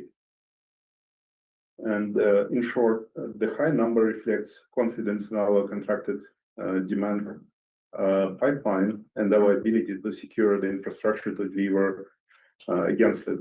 It's not the cost pressure. The impact of the component inflation in our 2026 program was quite material, around low single digit as a percentage of total spend. Also, because we secured a lot of 2026 back in 2025 at the previous price levels. Thank you, Andrei. Next question we have is from James Kisner at Water Tower Research. Nebius said AI cloud adjusted EBITDA margin nearly doubled quarter-over-quarter to 45% in Q1, while you're targeting around 40% for the full year. What's driving the implied step down? Can you walk us through the adjusted EBITDA margin progression for the year? Dado, please. Yeah, thanks, James. Yeah, indeed. As you saw in the quarter, our Q1 margins were really strong. Nebius AI adjusted EBITDA margin reached 45%, nearly doubling from Q4. And that really reflects the underlying strength of the business. On the one hand side, the demand we are seeing in the market, then the terms that we are also able to negotiate with our contracts, and the unit economics of the platform itself. So as I mentioned earlier, as we move throughout the year, you will see some quarter-to-quarter variability. And I think this is worth taking a moment to explain the dynamic. We have made a number of important investments in the first half of the year. Hiring across go-to-market and engineering, our recent acquisitions, and continued development of new product capabilities. And those investments are already in the cost base today. And we expect them to actually benefit from the business going forward. On the capacity side, our delivery this year is back-end weighted, and we have a meaningful step up coming in Q3. We have very clear visibility into both the investments that we have made and also the capacity that we are bringing online. So really what you are seeing across the quarters is a timing dynamic, not a structural one. The investments land first, and the capacity and the revenue it supports come online shortly after. So given the timing of our investments in Q2 and the timing of the deployment towards the end of the quarter, we actually expect those margins in Q2 to go a little bit lower, returning to Q1 levels in Q3 and stepping even higher in Q4. So for the full year group, we expect a margin around 40% as we have guided. And on the longer term, those dynamics will smooth over time, and our capacity footprint continues to scale, and higher value software solutions will become larger part of the mix. Thank you, Dado. The next question is around capacity from Andrew Beal at Arete. Andrei, maybe I can come to you here. Can you talk about the timing of capacity additions beginning in Q2 and when you expect key sites such as Pennsylvania to reach full capacity? Thanks, Gillian. So, Andrew, first about the Pennsylvania. Pennsylvania is gonna have lights up by the end of 2027 with the first around 250 to 300 megawatts probably.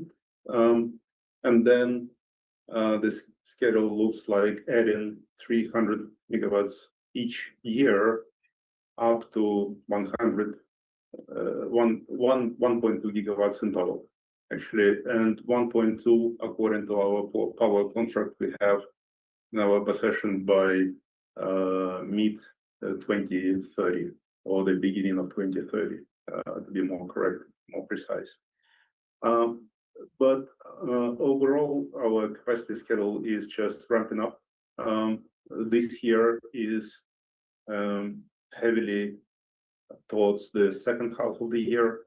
Q3 is March is a very significant improvement for us in terms of the capacity going online. Q4 also very significant, and then Q1 next year is where our bigger projects like Alabama and probably the first Missouri will kick in also. Great, thank you. We'll probably stick with you, Andre, as we have a question from Josh Baer at Morgan Stanley. Can you address the media reports indicating delays at the Vinland, New Jersey site? Understanding you've delivered commitments so far, are there any delays to note for the remainder of the Microsoft contract? So we delivered all our capacity commitments across our Microsoft and Meta customers. So the first Meta, as we already spoke, I believe the first Meta contract was fully delivered in Q1 this year. The Microsoft contract is way more stretched, and we have the delivery schedule up to the end of this year. We delivered the first tranche in November last year. And so we continue to be in the contract schedule. Again, it ramps up starting from the mid-year, and most of the volumes will be coming in Q3 and Q4. Great, thank you. So we have had a number of questions around the Meta contract. A question from Alex Platt is, can you provide more details on the recently announced Meta deal? Can you explain how the 15 billion capacity option works? Should we view this as Meta backstopping 15 billion with a set attractive margin? And if you can get a customer with better unit economics on that capacity, will you take that instead? Mark, let me come to you here to walk us through this. Thank you, Alex. First, I want to say that we love working with Meta, and we're excited that they chose to buy more capacity from us. This expanded new agreement is, to make sure that we all understand this, a 5-year contract for a total of $27 billion, and it is structured in 2 parts. First, there's a $12 billion commitment to dedicated compute capacity with delivery starting in early 27. And then second, as you pointed out, there's another $15 billion of additional capacity that we, at our discretion, can either allocate to Meta or sell to our AI cloud customers as it comes online for the duration of the 5-year contract. Let me explain this in a bit more detail. Meta is committed to buy up to $15 billion of any capacity in these clusters at our option during the entire 5-year contract.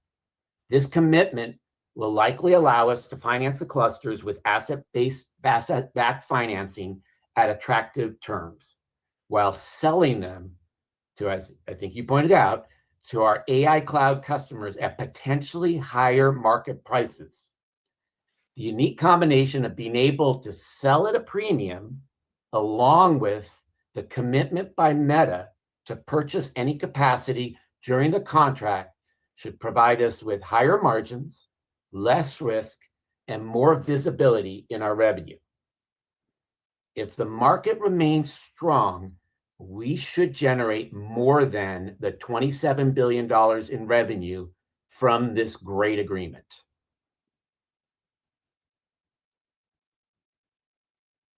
Thank you, Mark. We have a question from Alex Duval of Goldman Sachs about M&A. Could you explain the rationale behind your move to acquire Agen AI and Clarify? How does this move improve your AI cloud platform capabilities? To what extent does this move mean that you could improve customer stickiness? Roman, I think we'll go to you. Thank you, Gili. Thank you, Alex, for the question. First of all, I want to say that we're super excited with these 2 incredible teams of talented people from Eigen and Clarify will join us. And to deep dive in rational, let's start from foundations. Our view is that we should own the compute stack. That is where our vertical integration, our supply chain depth, and our hardware engineering generate advantage. And it's also the layer that drives the bulk of our economics. Above the compute stack, we build the full cloud solution. And software plays the role of enabler. By the way, we partner where partnership is the right path. And as you see now, we use M&A selectively where it accelerates our roadmap, brings in proven developer adoption, or adds capabilities complementary to what we are building. Acceleration is the key lens we apply to every potential transaction, where we can find rare talent or proven adoption. This is, by the way, the example of Tavidi that has incredible developer adoption that would, in general, take us meaningfully longer to build organically. Acquisition is the fastest path. And we evaluate every potential deal against the clear criteria.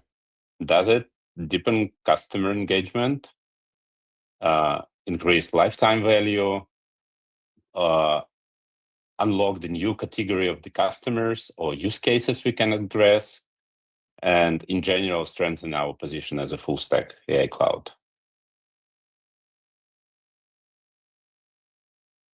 Thanks, Roma. We're getting more questions on M&A, so we'll likely stay with you here. Several participants are asking on whether token factory and software more broadly are distinctly different from the infrastructure layer and training. We'd love to get your insights around agentic monetization and the opportunity there. Yeah, thank you for the question. As I said, we look at the software as an enabler. So it's not that we build the software to generate separate revenue stream. The software, first of all, plays the role of unlocking the new capabilities for us, unlocking the new opportunities in the types of the workloads that are growing on the market and the types of the customers that we can address. Software changed the shape of the customer relationship. Every layer of the software unlocks another group of users and the customers. We want to meet customers where they need us and let them consume our vertically integrated solution in the way that they need, and it might be a different way for different types of the customers. Customers come to our platform for different needs. In essence, they all need to run AI at scale, which means that they need compute. But for example, people who use our multi-tenant cloud, they, to a big extent, come for large training jobs. People who, and these are like research-driven, data scientist-driven workloads. People who come to Token Factory, they build vertical AI integrated vertical AI products or apply AI in their enterprises. And they come for the tokens. And moving forward, we'll see new ways to consume infrastructure at scale that will be the agentic, end-to-end agentic workloads.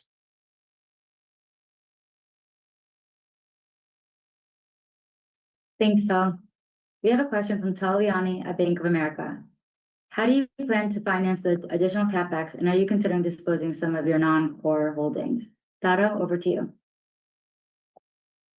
Happy to take this question, Tal. Well, our balance sheet is strong, at the end of the quarter, 9.3 billion of cash and cash equivalents.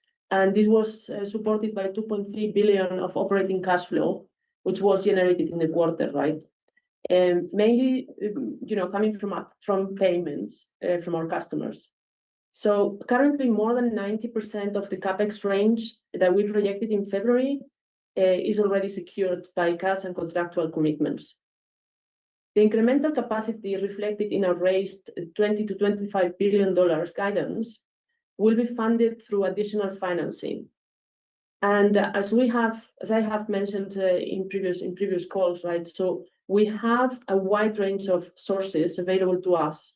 On the debt side, we expect to use asset-backed financing against our contracts with Microsoft and Meta. And we may also raise corporate level debt. On the equity side, we have established an at-the-market program from up to 25 million Class A shares. We have not utilized these programs to date, but we are evaluating the program regularly. In any case, as we have done today, we will apply consistent guardrails on cost of capital and shareholder dilution while maintaining a disciplined capital structure. Thanks, Dada. We have gotten a few questions on pipeline. One from Nehal Chokshi at Northland Capital. Your pipeline is up 3.5 times or quarter over quarter in 1Q26. Does this pipeline include hyperscalers like Meta, like the Meta deal? Can you also provide more details on what this number represents and how likely are you to convert pipeline to revenue? Mark? Thank you, Gili, and thank you, Nehal. The referenced pipeline growth of 3.5 times a quarter, which 3.5 times quarter over quarter, which we're very proud of, is for our AI cloud business, and it does not include any strategic hyperscaler deals like the Meta deal. It does include qualified opportunities across our core AI cloud and token factory products, as well as across all of our key customer segments, including AI natives, software vendors, and enterprises. What we can share about conversion is that we have maintained our solid win rates at the same time as we've accelerated our sales cycles and increased our average selling prices. And you can see this with some of the strong wins that we have, such as Sword Health in healthcare life sciences, and Rhoda and 1X in physical AI, and Core Automation, one of our AI native model builders, as well as Revolut and Monday.com, new customer wins for Token Factory. What we are doing is enabling our go-to-market teams to have a consultative conversation with our customers about their plans and for current and future workloads, including, as an example, what they're thinking about with regard to Vera Rubin's. We're also focusing and scaling our go-to-market and success teams to help customers to realize their plans, which turns into durable revenue for us. Speaking about scaling, by the way, we have a number of recent appointments, including key leaders for the Americas, Dan Lawrence, who is our SVP and GM for the Americas, and John Har, who has joined as GM for Asia Pacific and Japan, and Raja Agrawal, our VP for the Middle East. Thanks, Mark. Another question that we have from the portal is saying that you emphasize the momentum in your software stack. Where are you seeing the most momentum across the stack today? Why are customers choosing Nebius? Roma, over to you. Yeah, thank you, Gili. I think it said so many times by different people that now the time of inference, and we see the same. Inference is the fastest growing segment, new segment in our stack. And we see a very lucrative place where Nebius is positioned. We have the winning combination with capacity and customers need scale. We have the strong software stack, and we invest in-house and with the new announced acquisitions to be on the top performance of supporting the most popular open source models and specialized models. We can provide the best total cost of ownership and like cost of tokens for our customers through the full stack optimization of the stack. And of course, we care a lot about the developer experience. So we think that in a way, we combine the best from different worlds of specialized inference platforms, the scale of AI specialized clouds, the scale of hyperscalers and specialization of AI specialized cloud. So Token Factory is our primary inference product now, and we are seeing good product market fit. If you look on the next layer, on agentic, it's still to be defined what is the final shape of the product and who will be the winners. We expect that Nebius will play the same role of foundation for people to build at scale, and will provide the set of tools and platforms to optimize workloads in agentic world. Thanks, Roman. We have a question on customer concentration. Mark, how do you think about concentration risk given how large your contracts are with Meta and Microsoft? What does the rest of your revenue base look like in terms of customer diversification? Thank you, Gili. As a reminder, I think we say this over and over again, but I think it's important to recognize that our priority is our AI cloud business. As such, we are very intentional about how we are pairing these key strategic relationships with the likes of Meta and Microsoft with a diversified core of our AI cloud customer base. We do not take these big strategic deals lightly and only take them when we see terms favorable for our core mission. Again, serving our AI cloud business. We also very diligently capacity plan, and we're always looking to add capacity to best serve our core AI cloud customers, from developers all the way through to enterprises.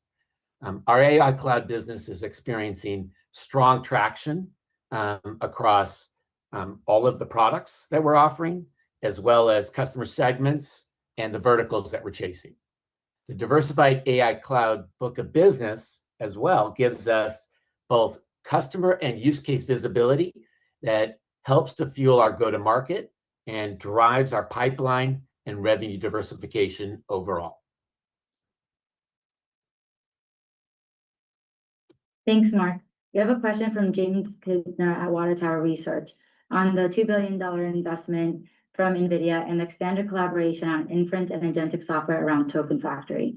What concrete deliverables should we expect over the next few quarters? And does the partnership affect the timing or scale of your Vera Rubin deployment in the second half of 2026?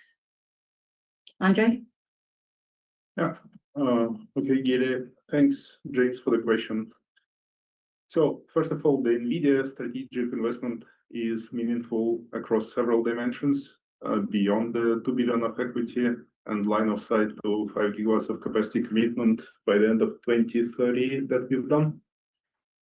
It really deepens a multi-year partnership with our most important hardware supplier at the moment, when access to GPU supplies competitive advantage, so to say. We gain differentiated supply chain certainty on the future Rubin, Vera CPUs, and the networking. We also have a close collaboration with NVIDIA for the design and early support of the future SKUs. As of today, this is Vera Rubins and Vera CPU platforms.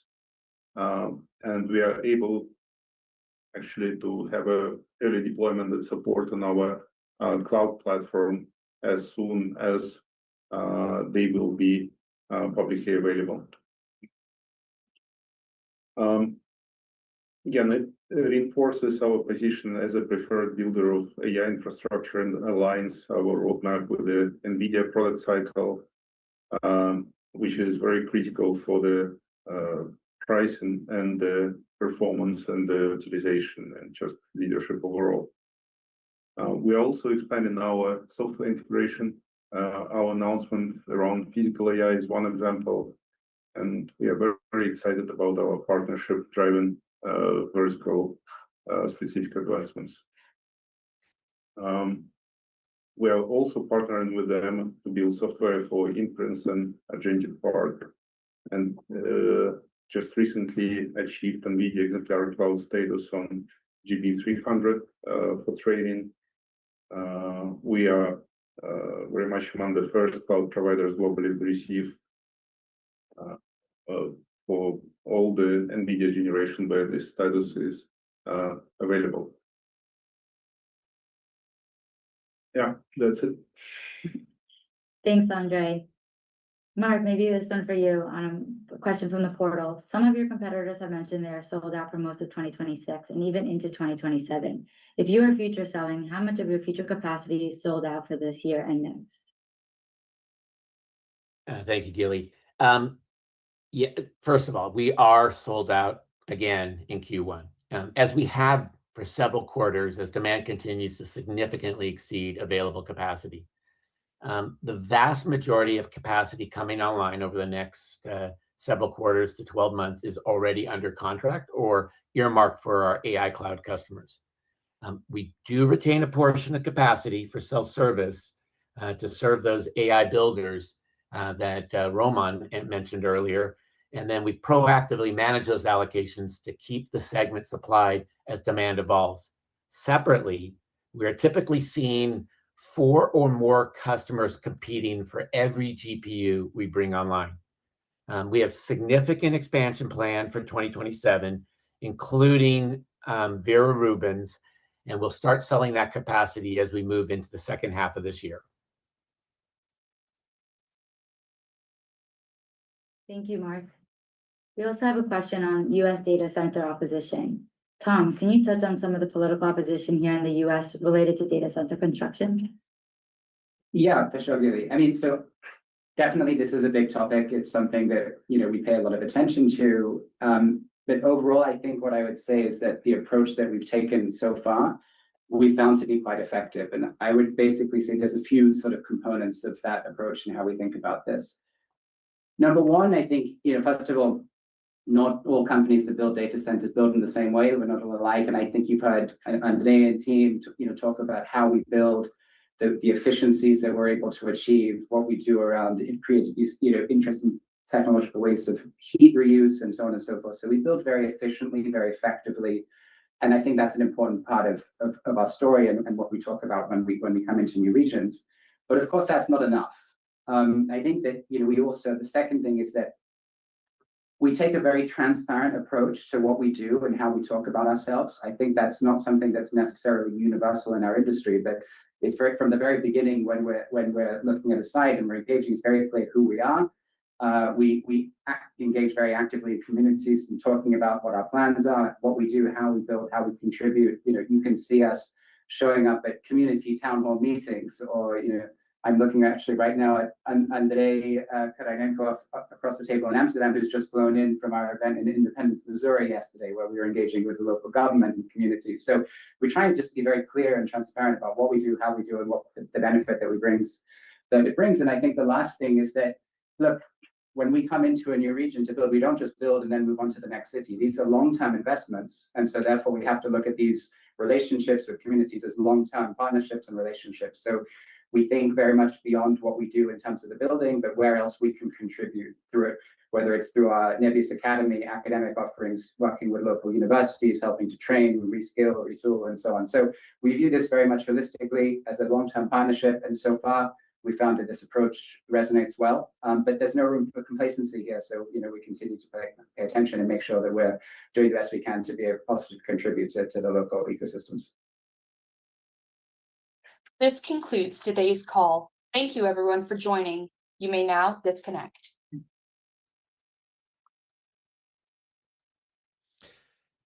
Tevis is already oh no, he's still here. All right, let's get ready for work. Okay, well then at least we can all wrap together then.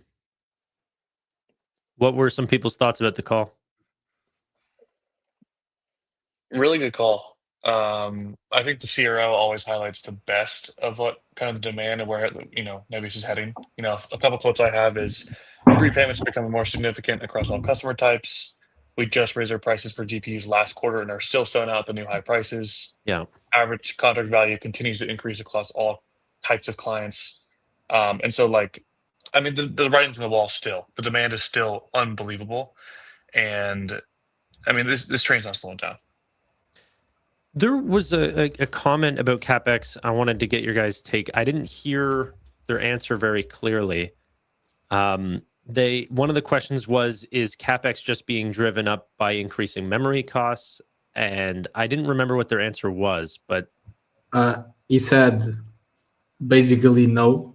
Only a single digits percentage of total CapEx is because of the inflation on components, and that the majority is to fund the expansion in the first half of 2027. And he said we will bring more capacity in the first half of 2027 than in the entire 2026, which is pretty crazy. So next year, we should, at the very least, double ARR. I'm with you on that, yeah. At the very least, because if they're going to bring as more capacity in the first half of next year than they bring unless the current ARR just assumes really a lot of capacity in December or something like that, but I don't think that's much plausible. Let's say, I think in 1 or 2 quarters they will probably issue an ARR guidance for next year, and it's going to be pretty huge if execution continues like this, which we have no reason to believe not. Yep. And I really 100%. Mark also said that they are seeing 4 or more customers competing for every GPU they bring online. That's insane. Yeah. They're going to use the ATM probably soon if we continue to pump like this, but they're not really in a rush because they have 90% of the initial guidance, so 90% of the $16 to $20 billion already secured. The additional, they will do some assets-backed financing. They said that they've been saying that for a long time. So now with the Meta contract, I think they were waiting for that one of those agreements with the backstop that we have from Meta and CoreWeave from NVIDIA. I think that really helps a lot in terms of credit to get better rates in terms of getting funding. So I think we should see some kind of funding deal pretty soon. But at some point, they will tackle the ATM. If we continue, I think another big thing too. That I saw was the pipeline growth. The 3.5x quarter-over-quarter wasn't from hyperscaler deals. Yeah, as well. Which also just shows the growth of other clients other than hyperscalers. I know that's a big concern is, revenue concentration with just Microsoft and Meta. So I think it's great to see all their companies are also just growing immensely, and that's just a big thing too. Is I think hyperscalers is the start of this, inning 2 and 3, and then you have the mid caps and small caps is the later stages. And I feel like we're still just so early where most of the CapEx and most of the demand is from hyperscalers. What happens when all Fortune 1000 companies need compute, need billions in compute? It's just, we're so early. It's insane to me. Yeah. And higher margin customers, the lower you go down because they're not just buying bare metal. Exactly. These analysts that so per this comment, when these analysts put their price targets of $200, 180, 170, like Nebius was trading for under $100 in many cases. So yep. Like those targets sound bearish now that we're at 207. So we're definitely going to get upgrades. Especially on the back of like the pricing power point was also something that stood out. They've said it before, but just reinforcing it over and over again around the leverage that they have with regards to pricing power, average contract values, them consistently raising their prices and having the flexibility to do so and seeing no hit on demand. And yeah, everything that they bring online is essentially sold out. Like you can see, I think the big dip, I mean, this came out when PPI came. So it might not be related, but it was when Andre was talking about the capacity coming online for Pennsylvania end of 27 and then scaling 300 megawatts every year until 2030ish, and then Alabama and Missouri in Q1 of 27. I think it was PPI. It was probably PPI, but yes. Everything is coming down after that PPI report, and it's likely we're going to get rate hikes. So,